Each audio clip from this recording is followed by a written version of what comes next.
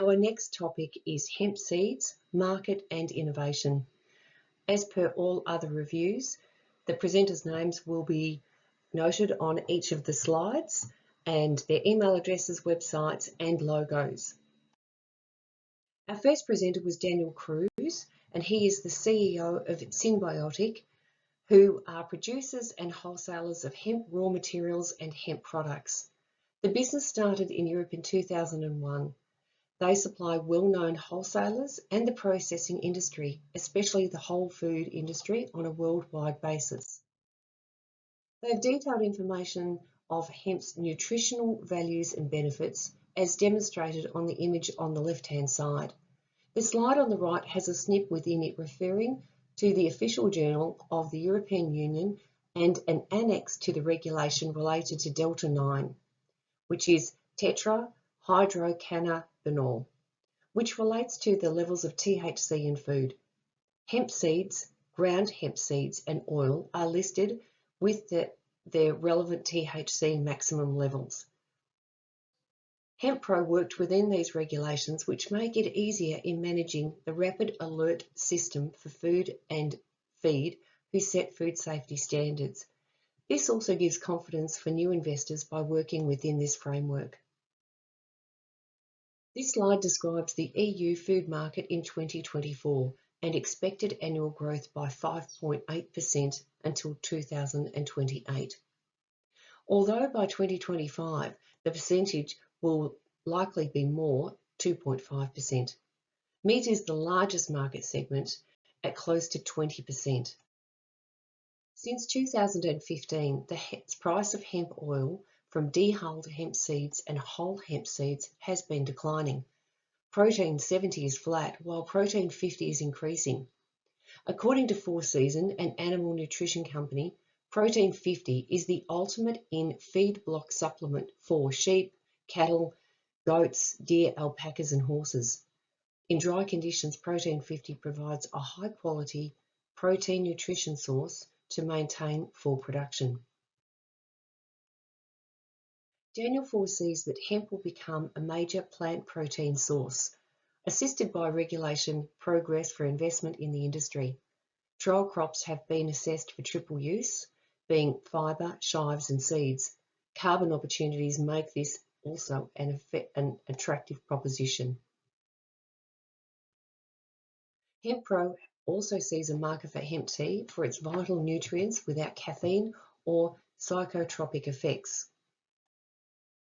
A couple of slides related to hemp tea from the EU Novel Food Catalogue and a statement detailing an agreement for the use of hemp leaves as a herbal infusion. However, in Germany, they are waiting for the removal of the misuse clause, which has stopped consumers from buying this range of tea. This slide illustrates the popularity of hemp products for animal feed. The revenue from the pet food market is expected to grow by 4.5% in 2028 or by 2028. The US market represents 14% of the global market. The European Industrial Hemp Association are challenging the levels of THC imposed on this market, saying they are neither practical nor scientifically substantiated.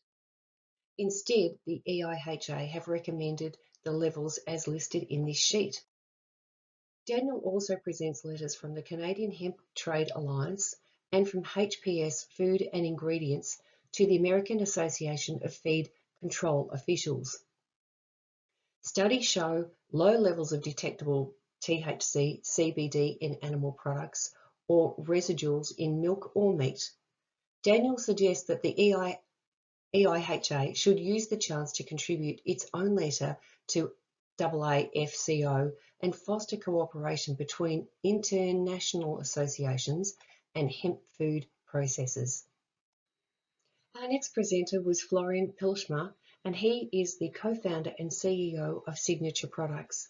Within their business, they do contract cultivation, R&D, white and private label services of hemp products, processing of hemp materials, and industrial hemp consulting. They trade hemp products, seed protein oil, as well as CCELL vape hardware. They have an app that connects cannabis clubs and provides legal advice. They collaborate with several universities. They are also working with the Federal Ministry of Education and Research on a project called Optimising Hemp Production and Product Development. This will be over a 28-month period. The first goal is to provide a holistic utilisation of hemp seeds, which includes oil pressing, extraction methods, upscaling, and profitability analysis. The second goal is to develop plant-based meat substitutes, expanding the potential use of hemp, focus on meat and seafood products while conducting surveys on the acceptance of these products. These images show the type of hemp-based meat alternatives available in Germany. Our next presenter was Seravina Pacifico, and she is an Associate Professor of Food Chemistry at the University of Campania. She is the head of the degree course in Food Science and Human Nutrition. She includes a couple of papers and a graph showing market growth in hemp products. This slide details the structure of hemp seeds and their nutritional values, the Italian legislation, and the EC's THC levels for hemp oil and hemp-based dry foods, which include seed flour and protein powder. There are some nice old photos of people cutting hemp by hand and processing. Since 2017, Canapa hemp oil has been in production. Now, each of these QR codes takes you to the papers related to their topics, as you can see above. Our next presenter was Monica Catronelli, and she is a professor at the University of Naples. She spoke on a study related to lipids and saturated fatty acids and their value in a dog's diet. Significantly, saturated fatty acids regulate body temperature, growth, and physical activity.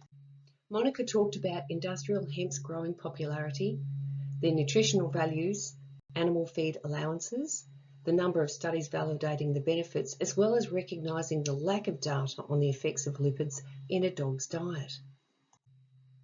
So they did another trial. They applied a double-blind trial using 12 dogs. One study group was fed tallow or normal dog food, and the other group was fed normal dog food with 3.5% hemp seed oil co-products. They evaluated blood tests and bacterial cell counts and metabolites, although it does not state for how long the trial was conducted. Table 2 shows the percentage of fatty acids, saturated fatty acids, and the perioxidation index in the hemp versus the tallow diet. Table 3 details the dog's measurement at the beginning and the end of the trial. Table 4 measured the main biochemical parameters and fecal bacterial cell evaluation. Table 5 measured the short-chain fatty acids. It also highlighted lower levels of ammonia in the dogs given the hemp diet. Findings conclude higher levels of linoleic acid, an essential fatty acid, and alpha-linolenic acid, an essential omega-3 fatty acids in the dogs. Lower levels of some kidney and liver biomarkers, and high numbers of lactobacillus, the good bacteria in the gut. In vitro tests were performed to evaluate chemical composites and THC amounts in hemp co-products.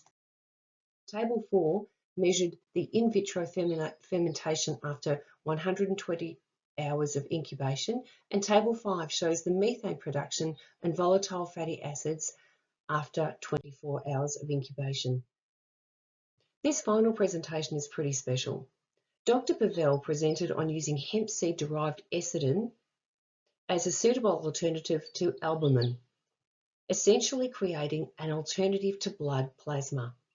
Currently, several problems exist in the supply of blood plasma, including a 100 million litre shortfall and costs associated with storing infection risks and autoimmune reactions.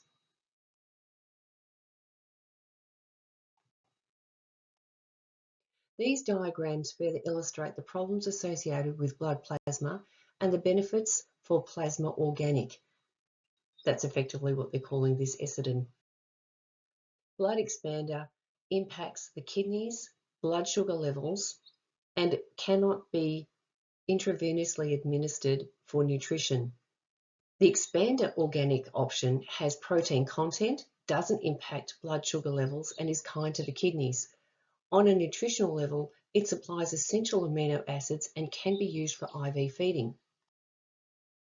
Animal testing showed no hepatotoxic or nephrotic effects and caused no pathological changes in tested organs and tissues. And using an AI tool, Plasma for People and Chain Pharmaceuticals have performed a global investigation, and their findings are that there are no projects paralleling this specific inquiry into the relationship between lecithin and albumin. This slide discusses the structure of lecithin and its various attributes. One is its high thermal stability. This slide discusses the differences between albumin and lecithin. Both are globular proteins rich in essential amino acids. Lecithin shows superior antioxidants and ACE inhibitory activity compared to albumin. Lecithin also shows anti-inflammatory activity with zinc binding capacity, which is similar to albumin. The term antigenic properties is used to describe the immune response triggered by the antigens on a particular virus. So in this assessment, it showed 7% of the lecithin surface is antigenic and is accessible to antibodies, unlike albumin that has 6% antigenic and is not accessible to antibodies. This image shows the process to produce lecithin. This timeline demonstrates the history of animal testing, research, proof of concept, stability testing, feasibility study, human testing, product certification, and experimental production. By 2025, People for Plasma foresee the EU certification being approved, and by 2027, this will be on the market. So the business opportunity by 2035 suggests plasma organic to be worth 280 million euros and an EBITDA of 3 billion for the expander organic.